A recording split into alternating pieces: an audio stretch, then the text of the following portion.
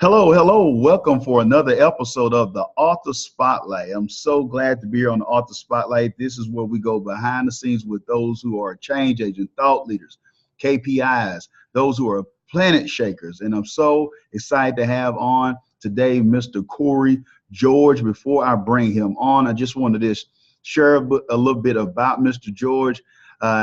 George has purposely transformed each of his own traumatic life experiences into platforms for advocacy, outreach, and education.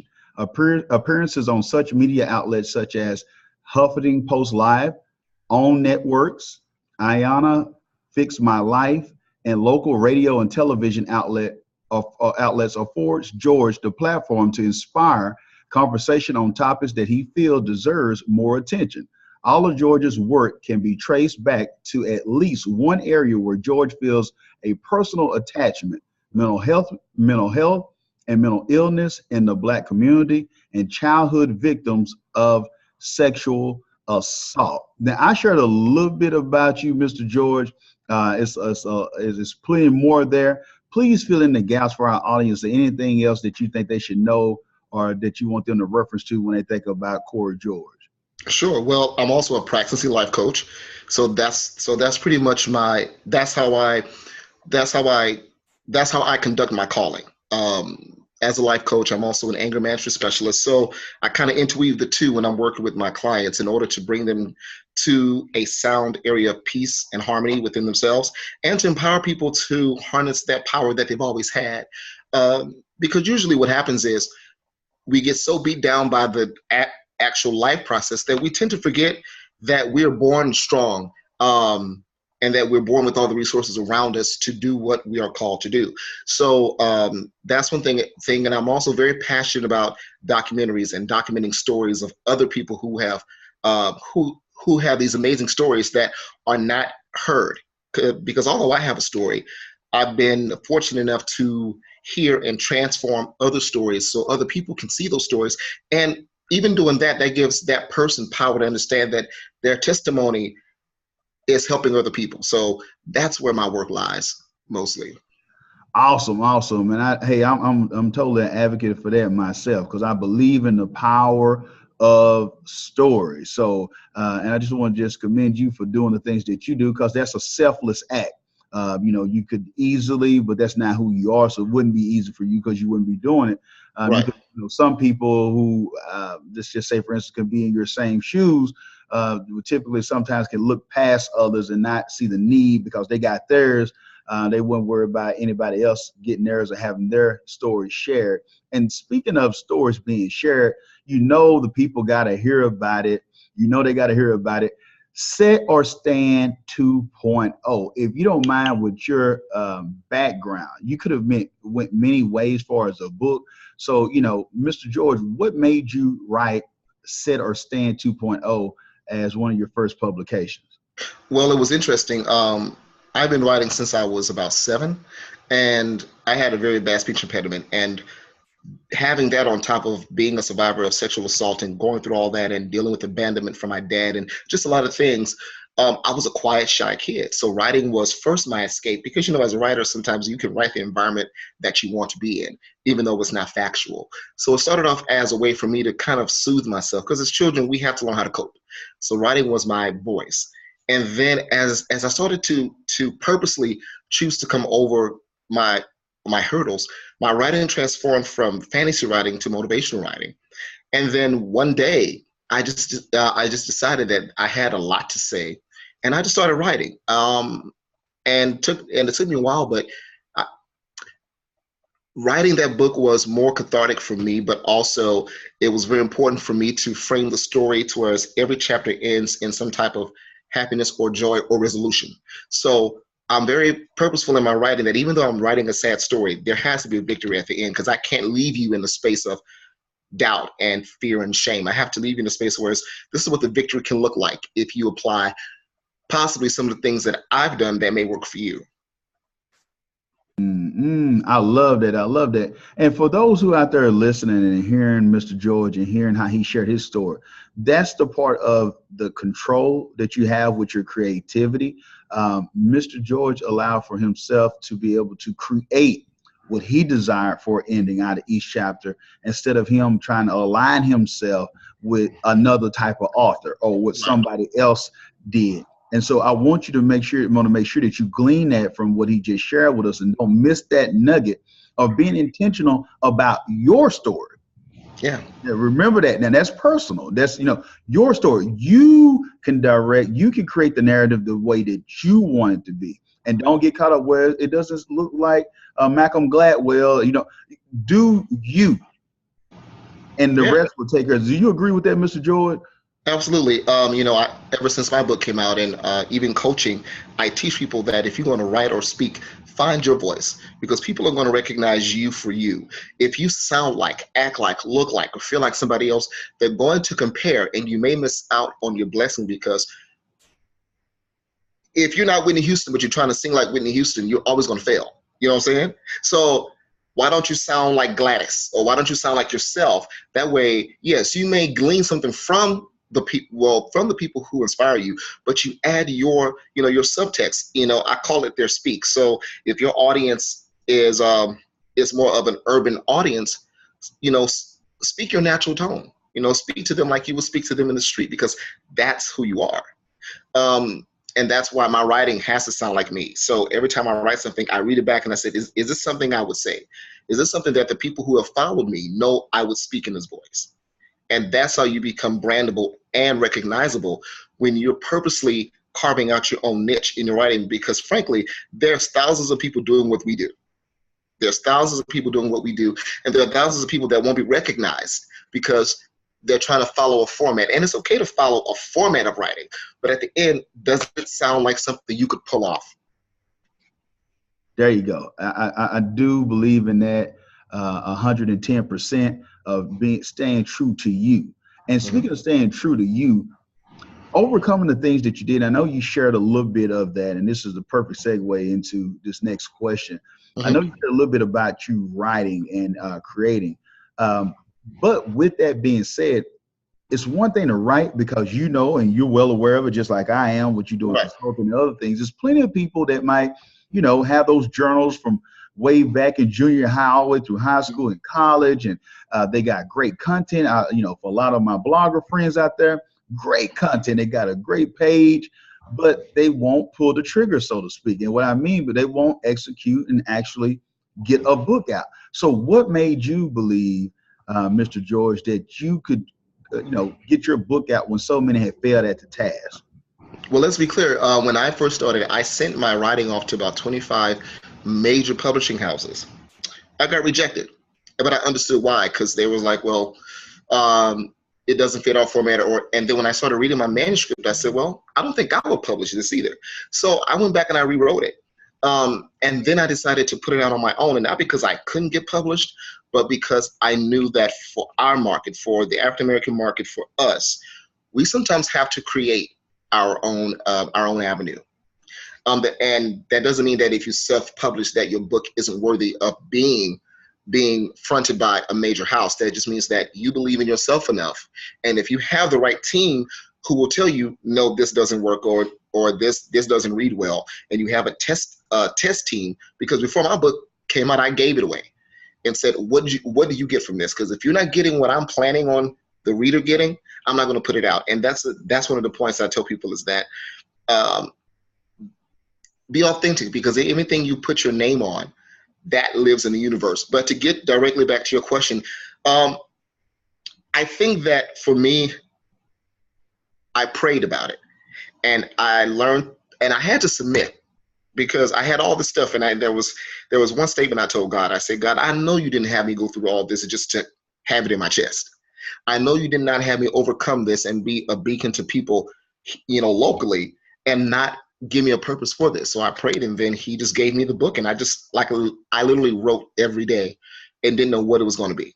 So that's how that book started off. Is I just needed to get those stories out and nurture the fact that, as a young Black man who was dealing with sexual assault and dealing with the re-victimization of myself throughout the years, there were a ton of other men that I knew that had gone through this. So they needed that story.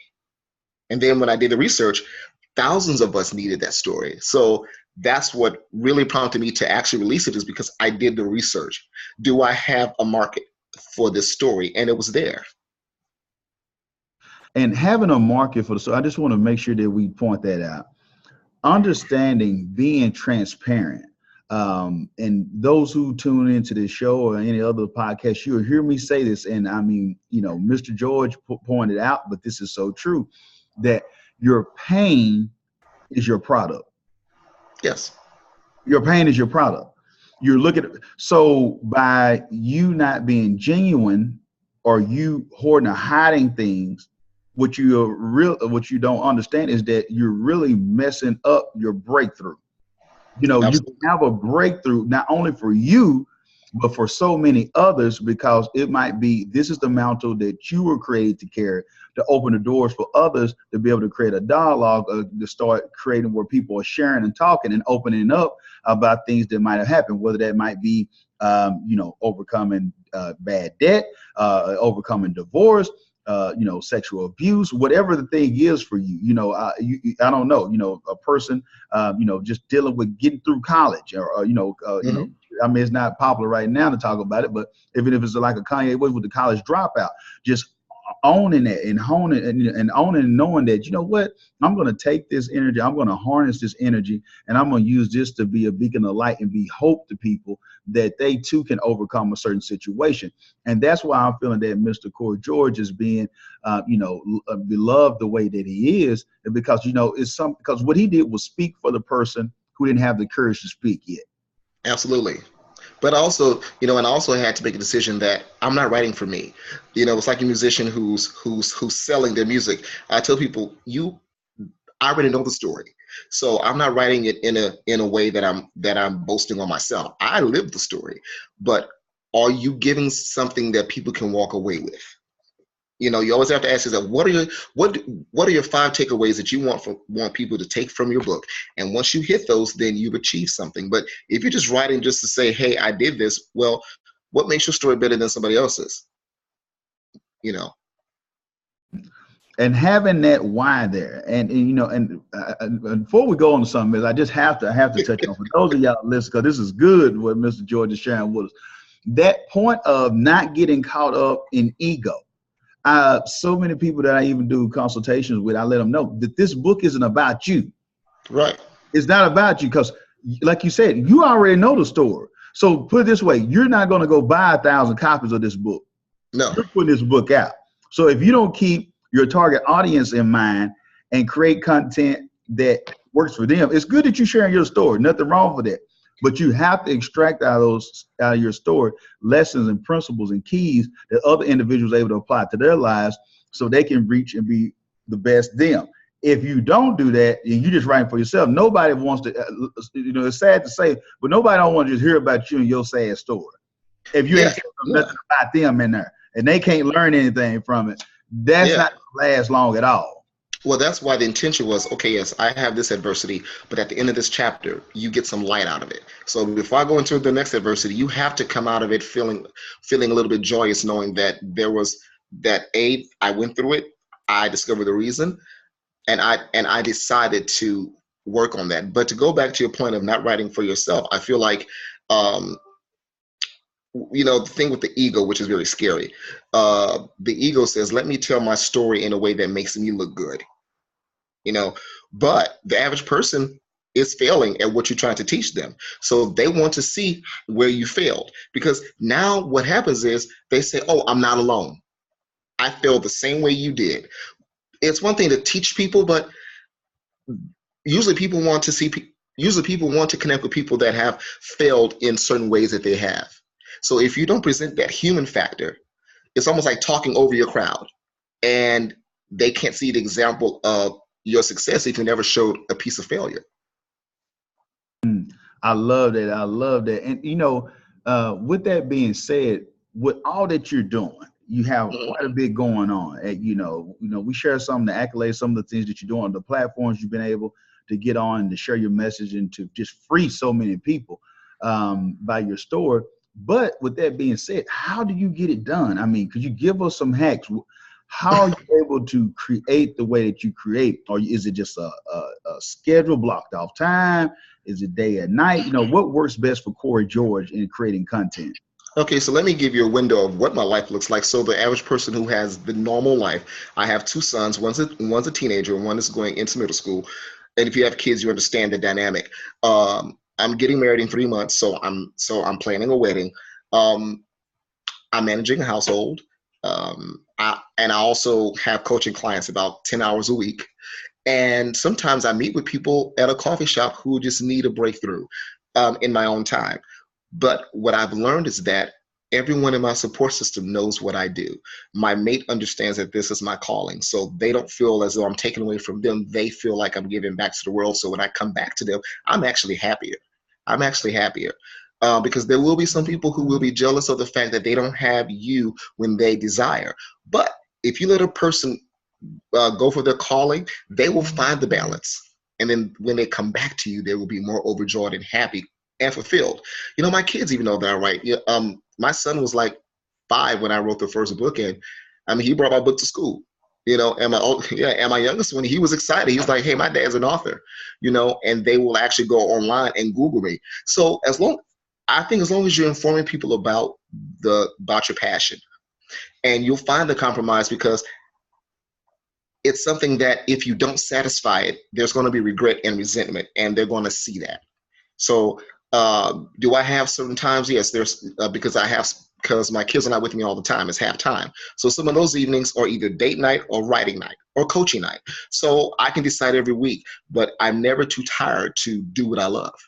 And you know that when you're doing something you love, you can be up all night doing it, but you have to practice self-care. That's one thing that I had to be adamant about myself this year, is how do you interweave the self-care to get yourself back in order too. I love that. For all those entrepreneurs out there, and those who, if you're not an entrepreneur, you corporate America, whatnot, it doesn't matter. You have to understand the self-care. If you don't take care of you, you're not going to be any good for anybody else. It's on the plane when you're flying. You just got a flight not too long ago. First thing they're going to tell you is put your mask on first.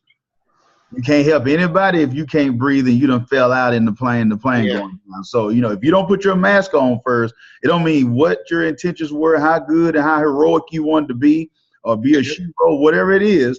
If you fall out, what I'm saying, you can't help anybody. And so I'm glad that you shared that, and understanding to align that it's not a separation. You're doing your calling.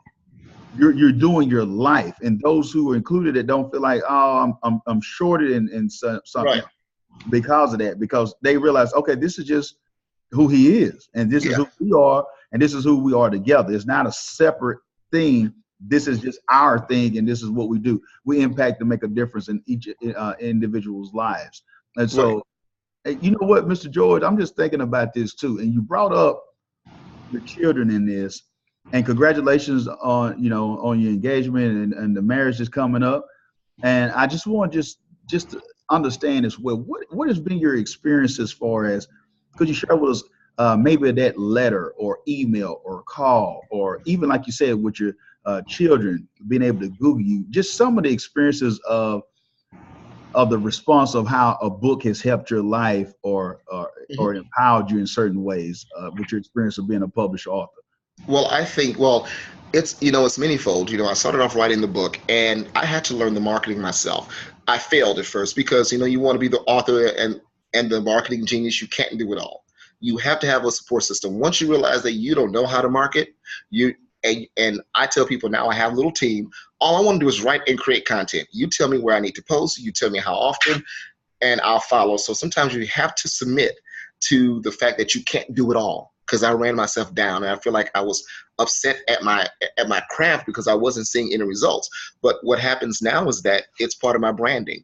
Now people can look at me and say, okay, he's not only a certified coach, an anger management specialist, he's a published author, he's done documentaries, he's done all this stuff. So it lends to, at the end of the day, I always say, because I have kids, I live based on what I want to leave behind. So the fact that my kids can Google me, if I get hit by a truck today, there's product out there that I haven't put out to my fiance and kids know what to do with it. But I have a legacy out there And it's amazing because this happened last week. Somebody sent me a message on Instagram saying, we met 5 years ago, and I was just talking about you to someone else about how much you impacted my life. And this was 5 years ago. And I've seen the person off and on social media, didn't think they cared, but you never know at what point somebody will translate what you mean to them. That's why I tell people, be honest and faithful to your calling, and don't expect to thank you all the time, because some people are not ready to thank you because they have to work on them. I've been asked to be on TV. I was approached by Iyanla Fix My Life. They called me. I didn't call them. Huffington Post contacted me. So all these things started happening when I decided to stand up in what I believed was the truth. And some of the subjects I talk about still are not easy in our community, such as childhood sexual assault and mental health. I'm doing a big conversation towards the end of the month about mental health and the status in the Black community with two therapists, two Black male therapists, and it's intentional.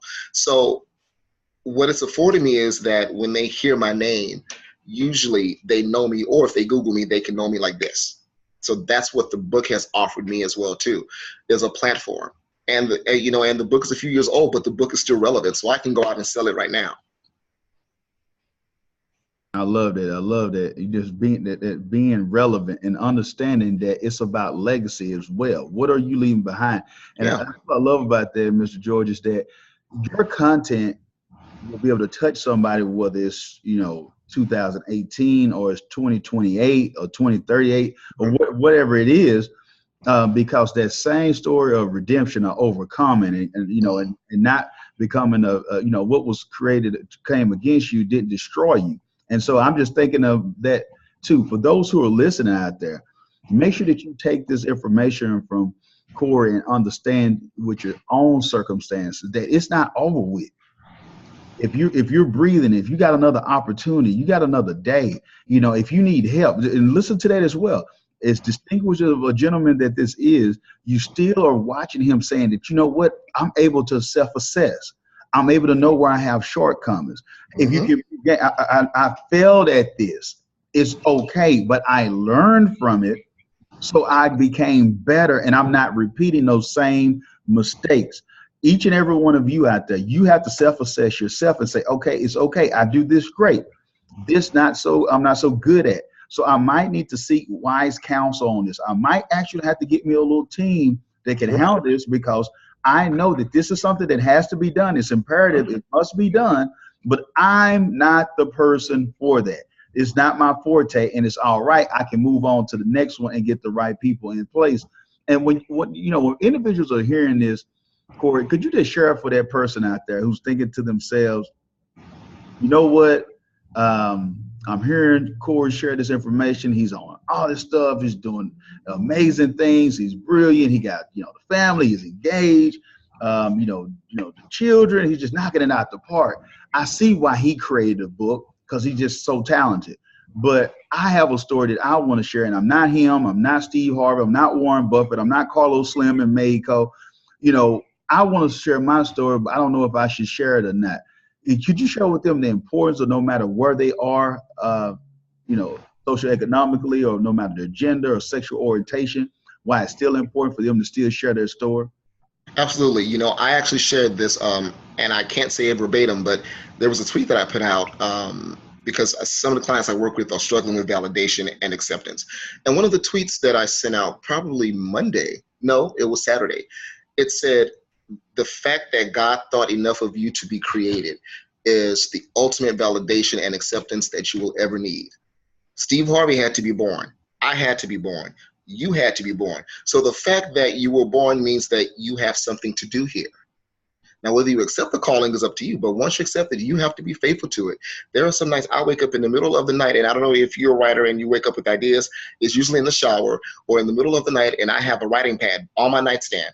And I say, okay, even if it's one line, it may be a line that I could expound a whole page from. Let me write this line down, or let me write this, this quote in my head. And then the next time I look at it, I've written 2-3 pages from that one quote. I would just say, leave yourself room for inspiration from yourself, and surrender. Your story is important. If you've shared it with one person and it's touched that person, It's important. The only thing now you have to do is how are you going to tell your story? Because, you know, there's a way that you can tell your story and you sound pitiful. Or there's a story, or there's a way to tell your story and you sound victorious. You don't have to have kids to be victorious. You don't have to be getting married to be victorious. You don't have to have Steve Harvey's money to be victorious. You have to be victorious for the reasons that God put you here. And so your victory is not financial. Your victory is the fact that now that you've come over this, your finances won't be used to help you. How do I say this very well? Usually you see people destroyed by fame when the fame and the money comes and they're not healthy with themselves.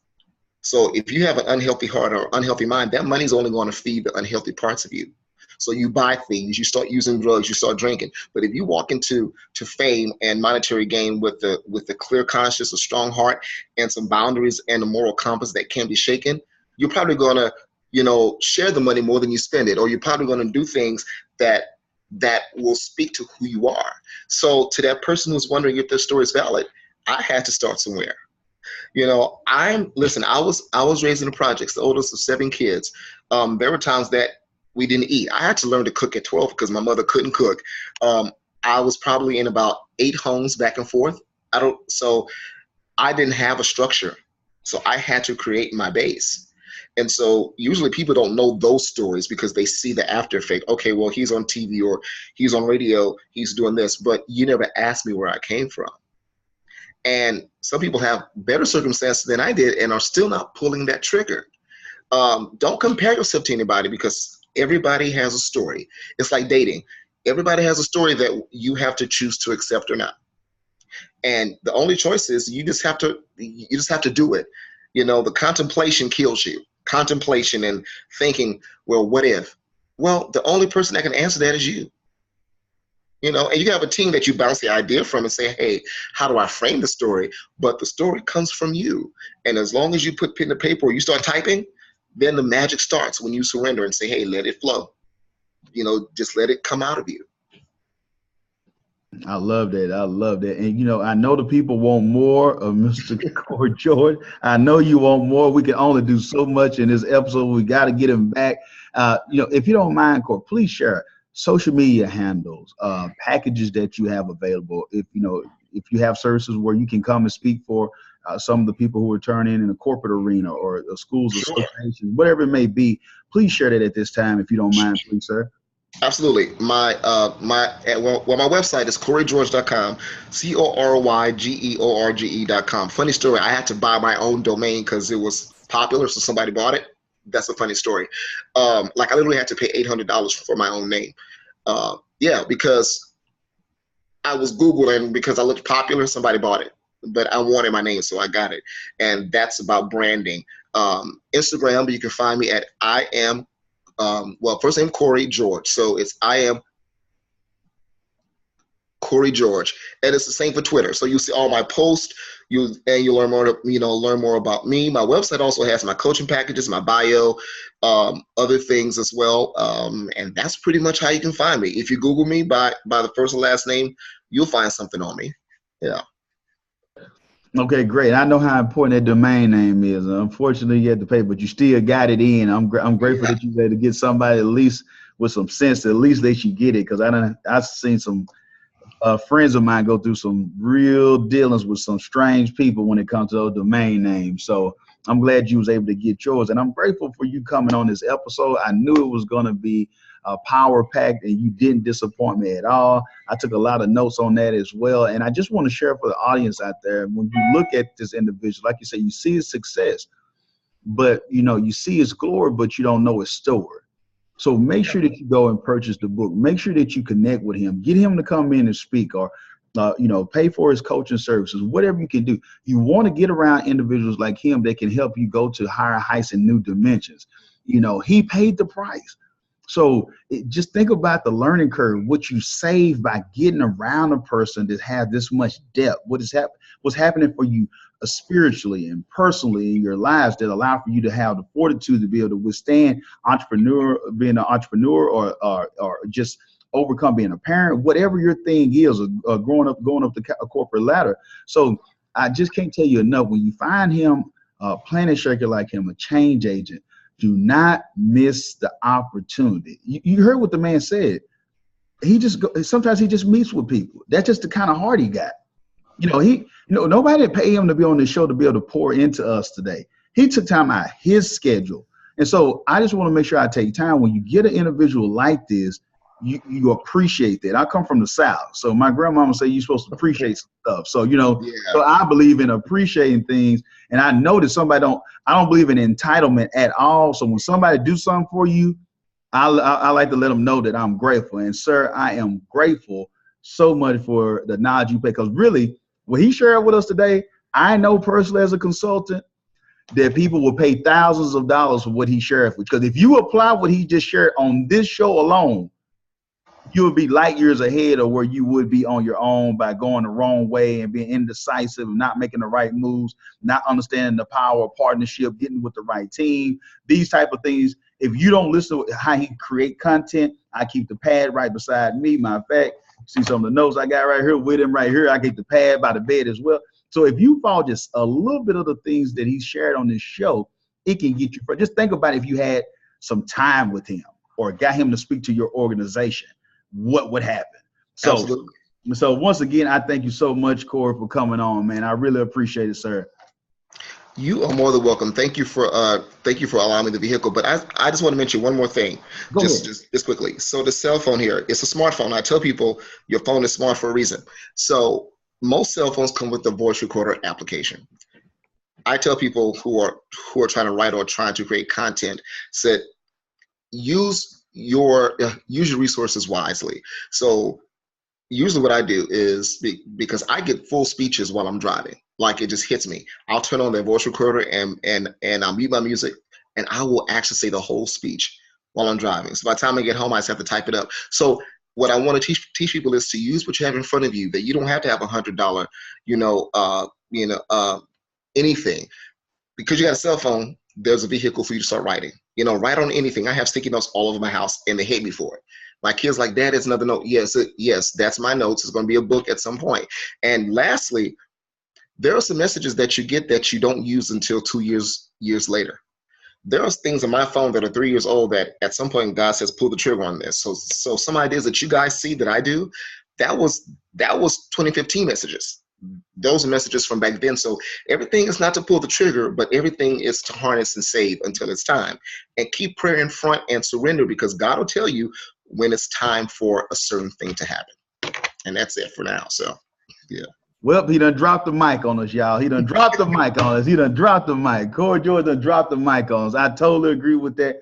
Please take this information to heart and utilize it. Use it. Show that you appreciate it by using it. And if you get a chance, reach out to him, send him a message, tell him thank you for coming on. I just want to reach out to you as well, those who tuned in. You are the real MVPs. There's individuals like you who are pouring into yourself, taking advantage of content like this.